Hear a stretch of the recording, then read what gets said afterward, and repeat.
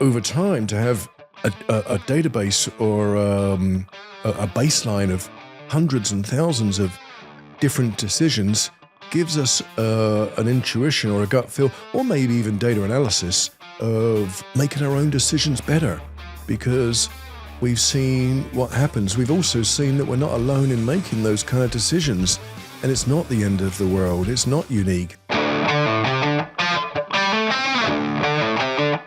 Welcome to The Decision from Nashville EO, where you will hear the rest of the story after tough decisions were made by entrepreneurs who faced adversity and lived to tell about it.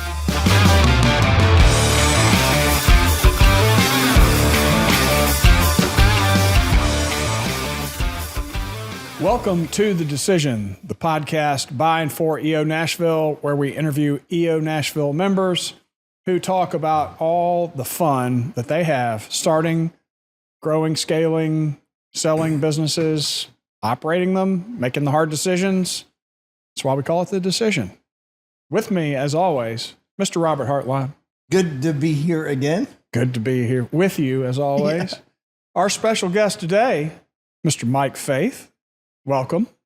Hey. It's great to be here. And I'm feeling apprehensive. So it's great and I'm apprehensive. Why are we apprehensive?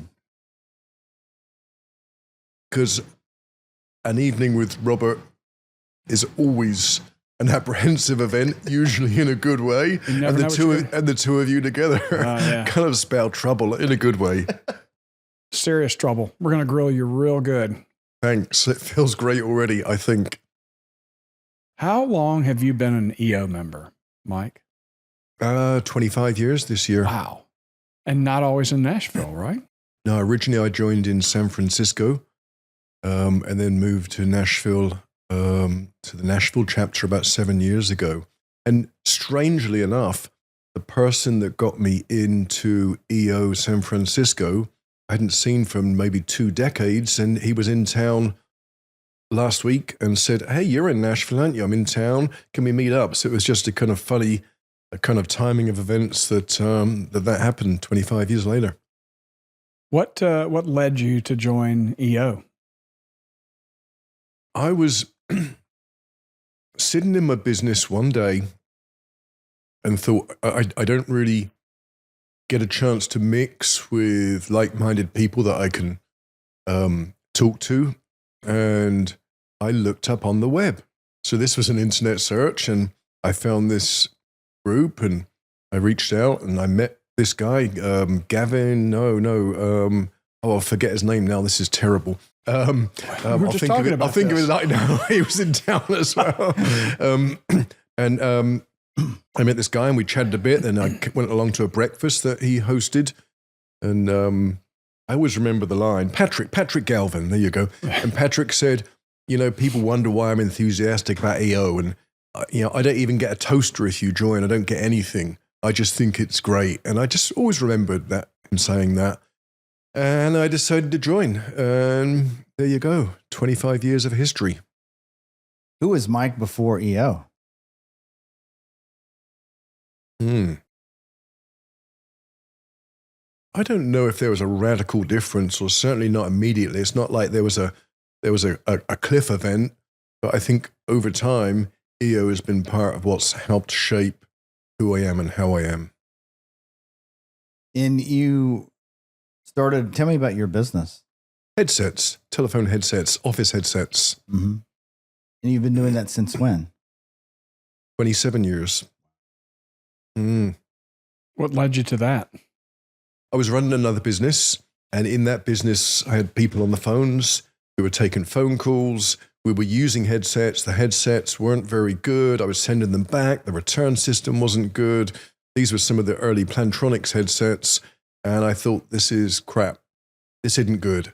Someone should be doing better. And based on a data point of 1, which was just that one sort of experience, or even set of experiences that I had, and that's very like me, not necessarily a lot of data, but enough data for me to say I'm good to make a decision. I thought there's an opportunity here for someone to do better in this marketplace. And I thought I'm going to start selling headsets. And that's what I did.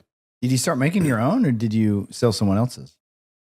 Originally, we worked with a Korean supplier that was making headsets already.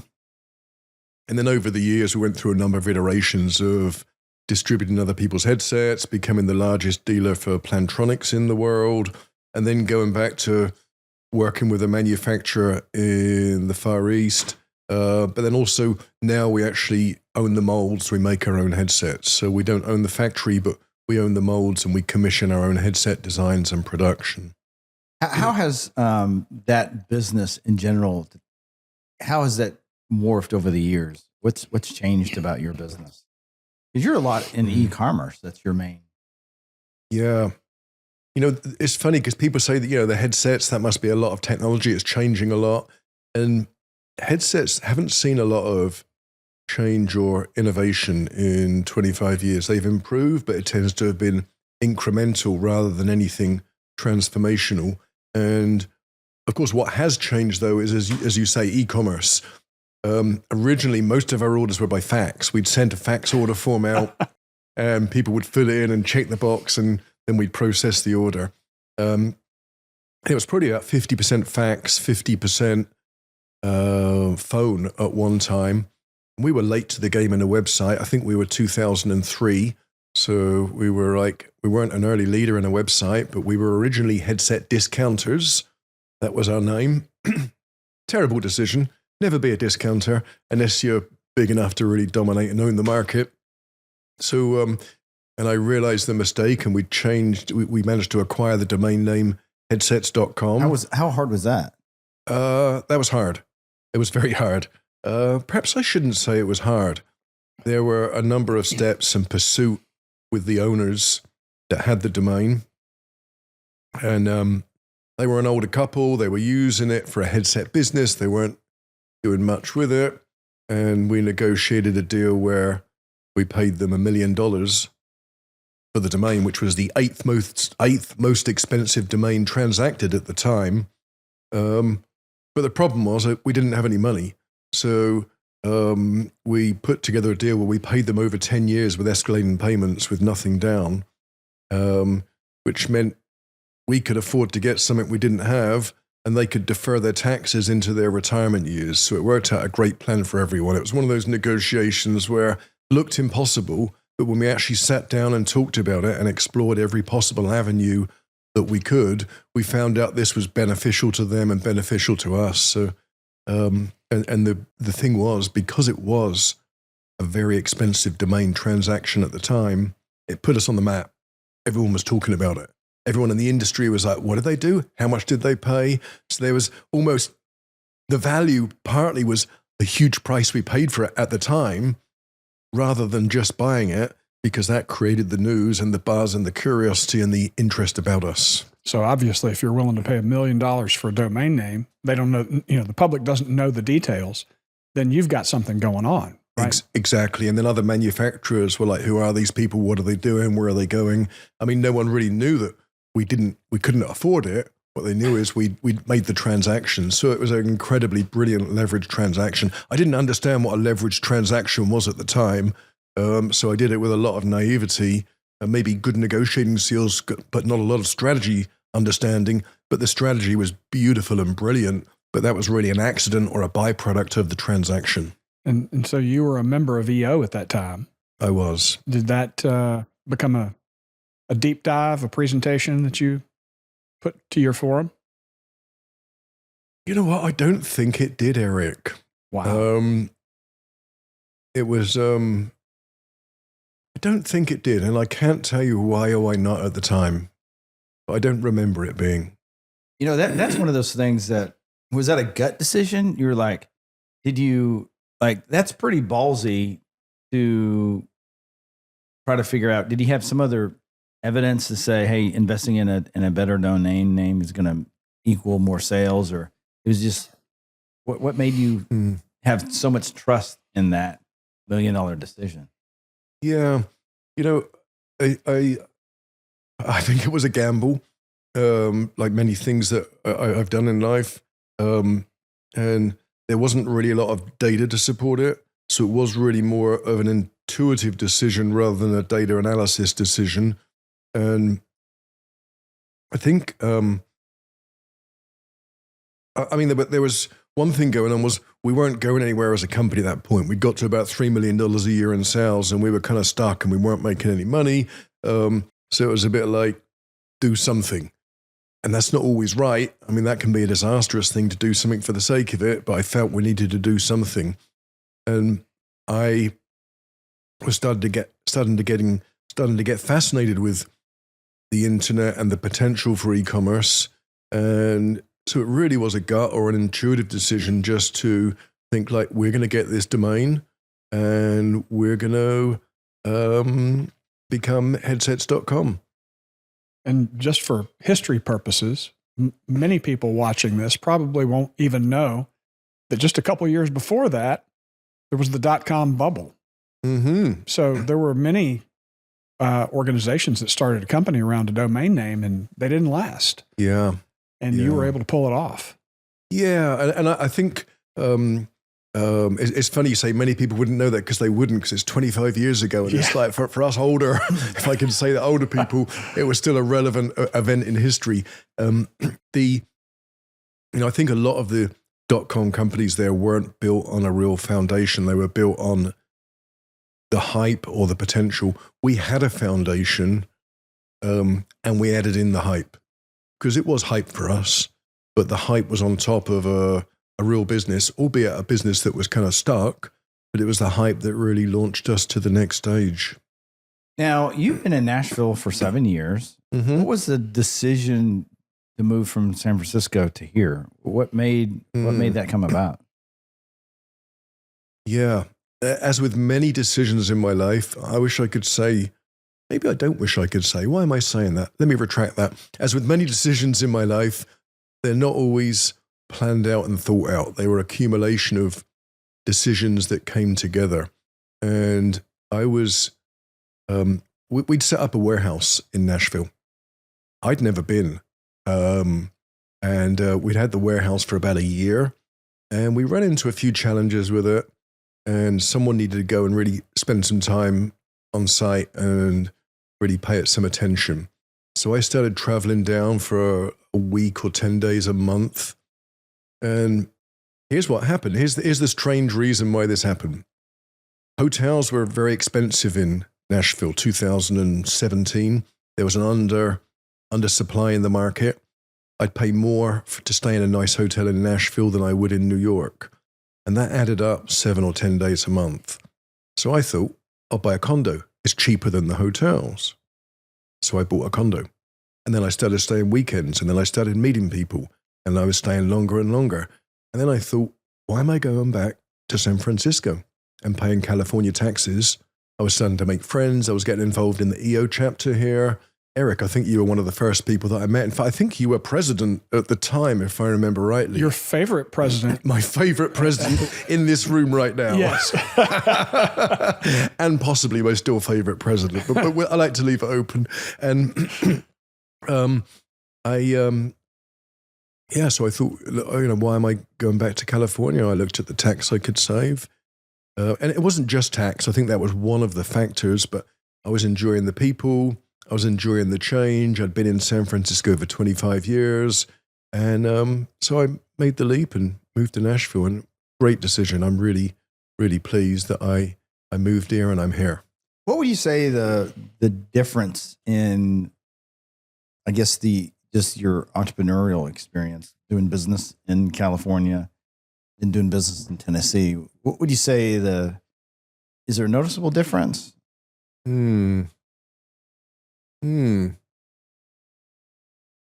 Good question, and I'm not sure if there is, though. I mean, there's more of, I'm going to use a kind of maybe an overused phrase, so I don't know if this is right or not, but maybe there's a little bit more of a tech bro feel there. And here maybe people are a little bit more grounded. But I'm not even sure if that's the case. I'm not sure if I'm copycatting what I've heard or if it's real for me. Yeah. Do you find it was easier to hire in California than it is in Tennessee? Or what do you think, like talent talent pool that we have to pull from Tennessee versus California? Is there a noticeable difference? I think that the noticeable difference that I see is the talent in Nashville is more loyal and likely to stay. Whereas in California, it's people are more likely to do a year or two and leave. And then just on a minor point, in California, turning up 15 minutes late for work is kind of okay.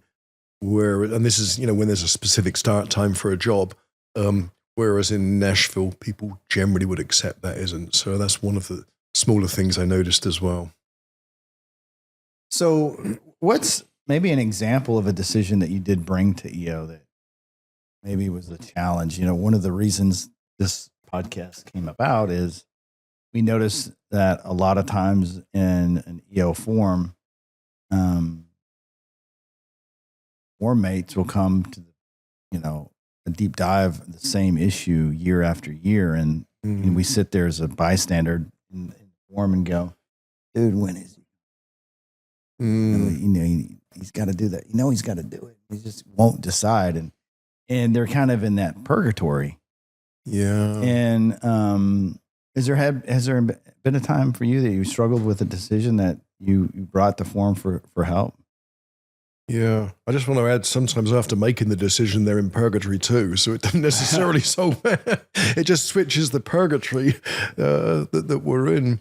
I found forum really incredibly useful over the years.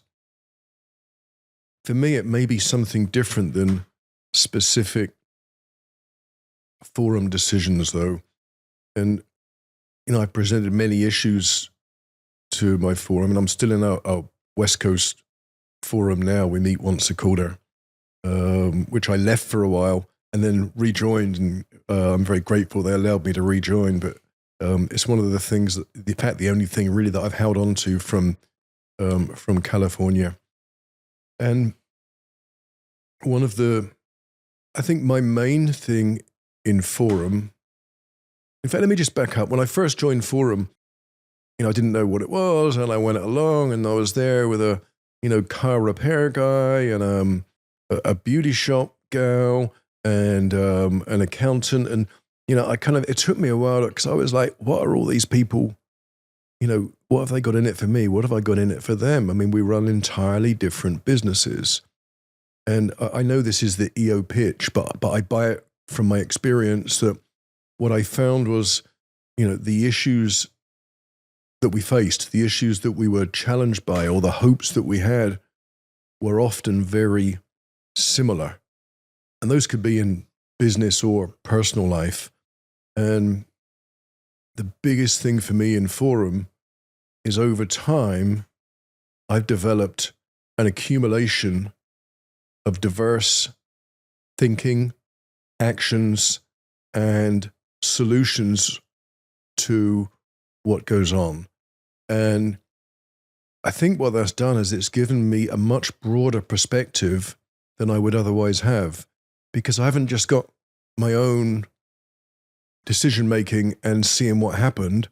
I've got everyone else's as well.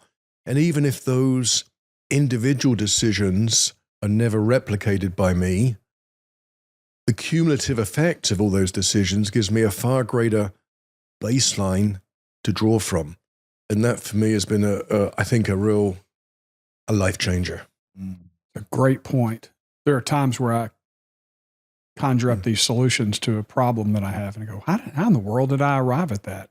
And I think it's this unconscious competence that comes from being around people that are really smart and accomplished. Yeah. And hearing those stories over and over again. Yeah, totally. And people make, I want to say good decision and bad decisions. And of course, we never know really if a decision is right or not, because we don't know what would have happened if we'd have gone the other way. So I think most decisions are not easily discernible whether they're right or wrong. It might seem right. Cognitive dissonance might say I made the right decision, but we don't know what would have happened if we'd have gone the other way.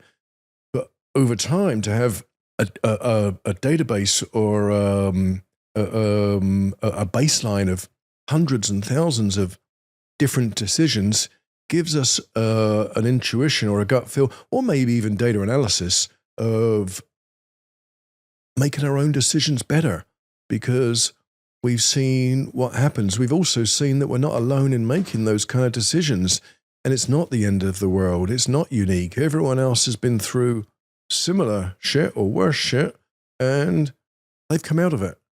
So it's been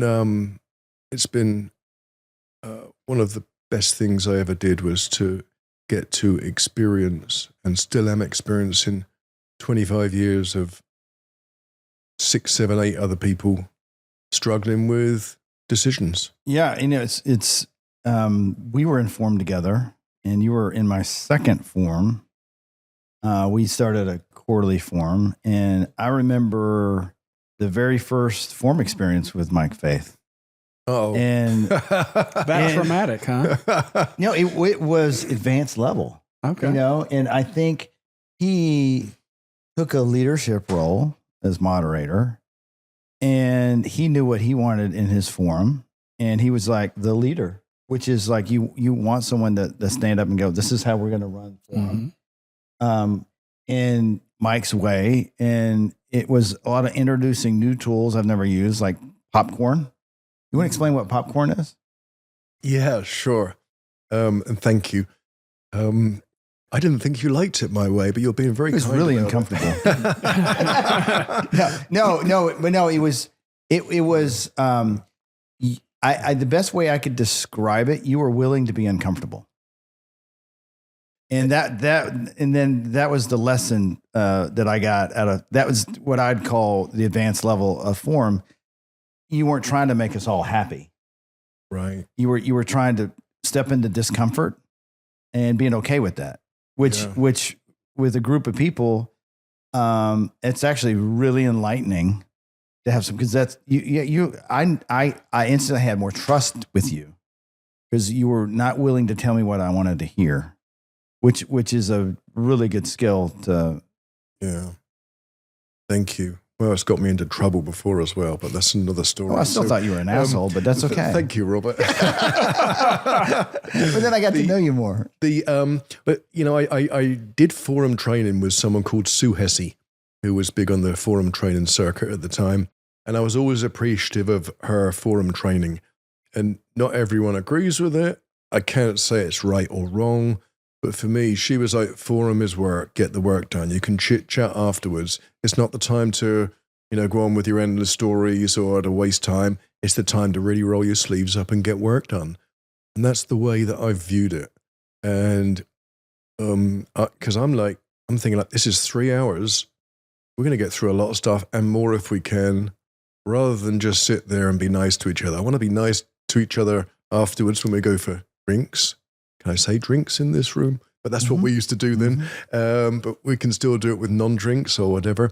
And the idea is to get everyone's issues and to go deep, but to do it quickly and do the therapy session later. And that was the training that I got, which I kind of went for. Popcorn? Yeah. Popcorn is a replacement or a switch out for experience share, where one person shares their problem or dilemma or issue.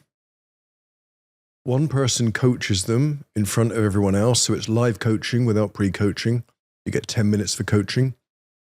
So everyone else gets to hear it, but with just one person, it tends to go a bit deeper.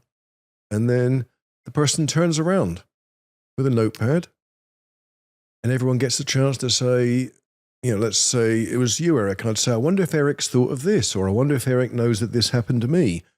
Everything starts with I wonder if. The person can't ask any questions, and because they're turned around, it helps them alleviate the desire to engage or to reflect back. And all they can do is write down everything, and at the end of it, say thank you. And it's an incredibly productive way of doing things. And I can't say it's right or wrong or better or worse, but I know it's always been very productive. So in the forum I'm in now, we get to choose whether we want experience share or popcorn. And popcorn is probably about half the time. Yeah, that's we've done that before.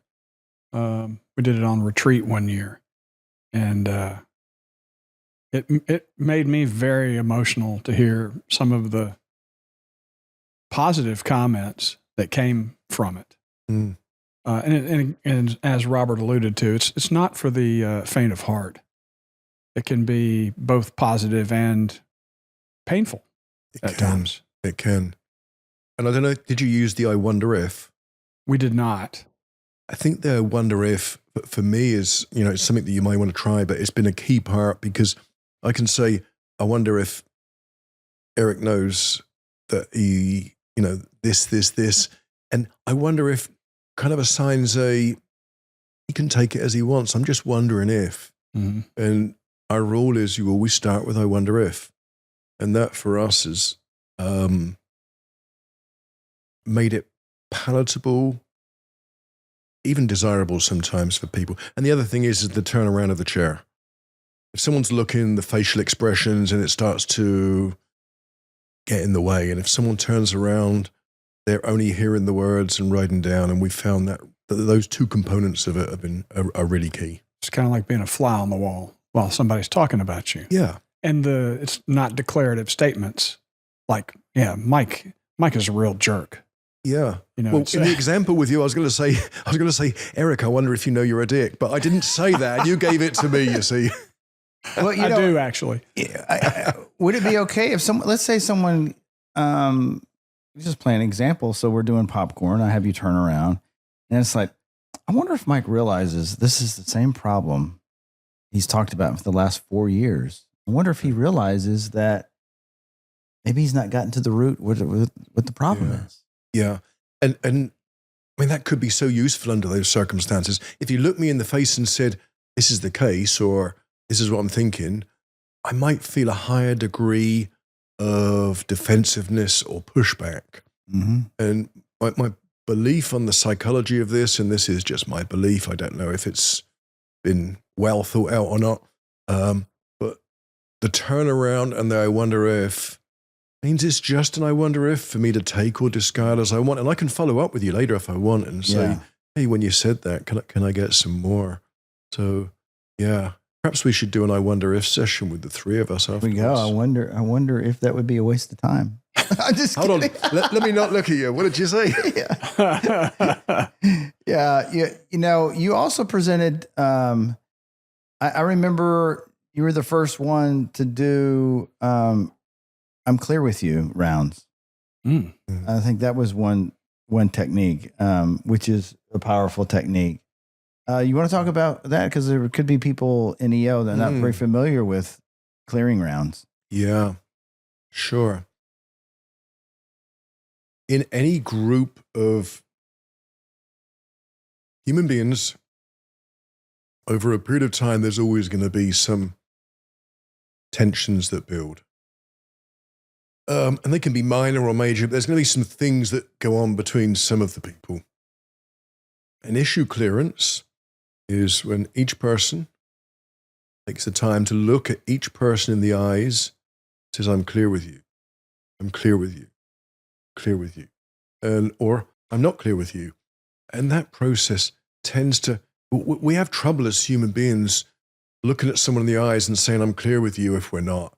And I've seen a handful of times people try to say it, not be able to say it, switch, and then burst with something or just say, I'm not clear with you. And I think it's a valuable process for the room to do that and figure out when there's something going on. And each person goes around to each other person and does it. It takes 60, 90 seconds. So it's a short amount of time. And on the occasion when there's a challenge, it's been good to get it out. Feels good to get it off their chest for me.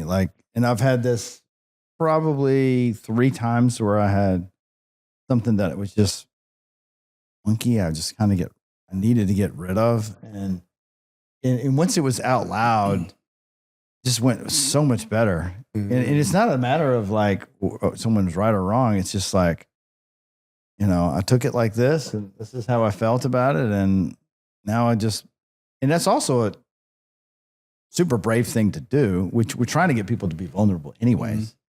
To be able to be open about conflict is the same, I think, muscle is like being vulnerable. It's the same kind of uncomfortable feeling that kind of happens. Yeah. I wonder how it would work in relationships. Now, you guys are married, so my challenge to you, and this could go wrong. So it's just, I wonder what would happen if you said, hey, for the next week, let's do a morning clearance. I'm clear with you or not. Or wouldn't that be fun? Well, I wonder if our audience really knows we're not married, and Thank you for clearing that up. And I have a wife, and I mean, I love Eric the most. I mean, like if I could be married to Guy, it would be Eric, not me. Yeah, no, not you. Would I be second choice? Yeah, maybe. I don't know. Maybe it's the age. I don't know. All right. But what I meant was you're married to other people, just to clarify. Yes. Yeah. My wife would be very confused to hear that I'm married to Robert. So I'm glad for clearing that up. What other advanced techniques do you have for us? In Forum? Yeah. Just what you've seen in EO. You've seen a lot of forms not work. And you've seen a lot work. Like in your best form experience, is there some strategies you've kind of learned over the years that? Yeah. The forum that I rejoined and I'm in now is the, we've got a stable membership. Very few people have changed over the time we've been together. And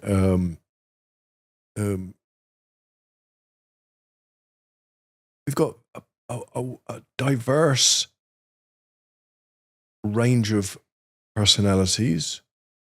For my part, I think I've learned to know when to talk about a problem, and know when to shut up just because something's annoying me. And that's been my biggest growth or learning over the years.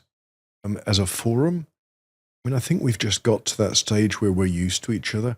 I don't know if there's any magic, Robert. I don't know if I've got any kind of things. There's a couple of things that we've talked about that we use, but sometimes it just works and sometimes it just doesn't. And, I think it's that beautiful mix and tapestry of variety of humans and emotions that goes on, and that can sometimes be really fun, can sometimes be really learning, can be painful, but still works as a recipe. What advice would you give someone that's new to EO, knowing what it's like to be a rookie in a community and how to get the most out of EO? Well, in EO fashion, rather than give advice, I'll share my experience. And I set that up for you. Come on, man. You did. Thank you, Robert. I'd say, for me, I got involved early. I mixed a lot. I made friends and relationships. I took risks. I joined a forum. I went to events. And I think that's, for me, what worked. Different people will find different paths in EO. And my path isn't necessarily going to be someone else's path. And there's such a variety of things to do. My biggest thing now is international travel and reaching out to EO chapters when I travel. And I use that more than anything. As my forum is, it's kind of 3 times a year now we're doing. But, the reach out to other chapters is fun and interesting. I know I can always make a friend. I can always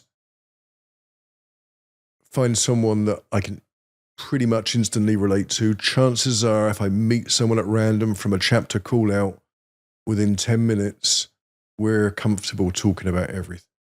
And what does that look like to reach out to a chapter? So how do you do it? I'll usually reach out to the chapter admin or maybe the chapter president and just say, hey, I'm coming into town on these dates, would love to meet with someone. Sometimes I'll get invited to an event. Sometimes they'll put it out to the chapter and I'll hear from a few people.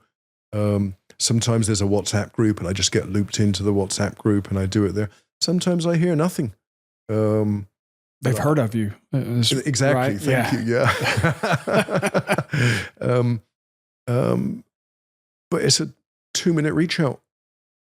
And it's quick and easy and it's usually you productive. Created some killer relationships out of that. Yeah. Mike, thank you. Thank you for being a friend and thank you for your wisdom of 25 years in EO. And if you are excited about meeting people like Mike Faith, and you're in Nashville and you want to belong to another 350 entrepreneurs who get together monthly in what we call Forum to navigate life with big decisions that we are making through business and life, you can visit eonashville.com. Thanks for watching and have a fantastic rest of your week. Thanks for listening to the Decision Podcast by Nashville EO. We'll see you again next time, and be sure to click subscribe to get future episodes.